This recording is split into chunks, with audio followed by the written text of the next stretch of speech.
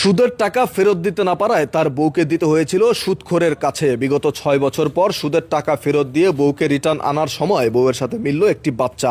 এই বাচ্চা দেখার পরে হতভাগ তার স্বামী। বিস্তারিত আমরা তাদের কাছ থেকে জানার চেষ্টা করি। ভাই, মূলত ঘটনাটি কি হয়েছিল একটু বলেন।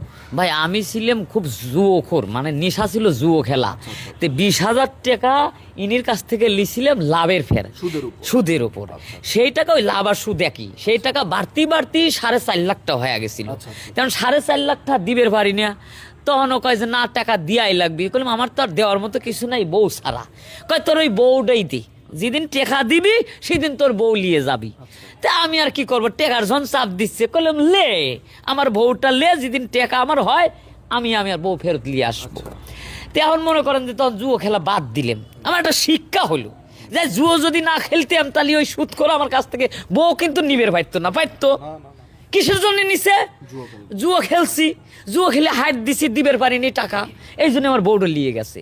তে আল্লাহরই এমন কাম, কোনো এক কাজে একটা ভালো মানে ছোটখাটো ব্যবসা করতে করতে করতে করতে মনে করেন যে অনেক টাকা পয়সা আমার হয়ে গেছে।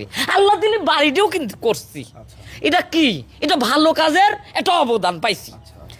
তো বাড়িটা করছি, টাকা পয়সা আল্লাহ দিলে কয়েক কোটি টাকা আমি করছি। 4.5 লাখ রে, 2-4 কোটি টাকা আমার কাছে হাতের ধোয়া। বোঝেন না এই বিষয়টা?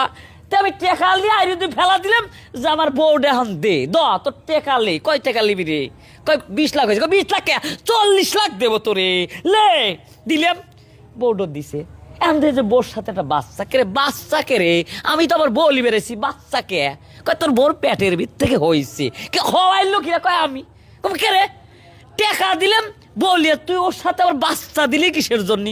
কয় তোর যেমন টাকা আমি লাভ লিছি, তো তোকে তো সুদ দেওয়া লাগবে, এই জন্য বাচ্চাটা তো লাভ দিলাম। আচ্ছা, আমরা একটু সেই ভদ্রলোকের কাছ থেকে জানার চেষ্টা করি। আসলে ভাই, আপনি তার কাছ থেকে তার বউ নিয়েছেন সুদের টাকা দিতে না পারায়, এখন তার বউয়ের সাথে বাচ্চা দিলেন। এটা মূলত কিভাবে কি ঘটেছে একটু ঘটনাটা বলেন তো। শুনেন, প্রথম জন আমার থেকে 20,000 টাকা নেয়, টাকা দিতে পারতেছে না। মানে দিন যাই, ভাবলাম তো টাকা দিতে, এবার কত 4 লাখ টাকা হয়ে গেছে।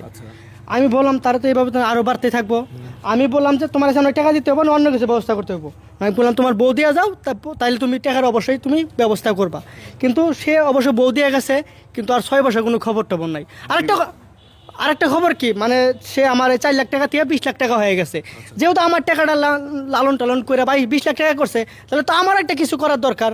এর লাগে তার বউ যে আমার ঘরে ছিল, মানে আমিও লালন করে এরকম একটা বাচ্চা দিচ্ছি তারে। মানে বিষয়টা হচ্ছে আপনার টাকা 20,000 টাকা সুদের উপর বাড়তে বাড়তে যেমন 22 লাখ হয়েছে, আপনি সেইভাবে তার বউকে আবার একটু বাড়িয়ে আরেকজন এরকম একটা আমি বাচ্চা দিলাম। শোনো বাবু, তাহলে আব্বাটা কোভিডে কাকরে ভাই।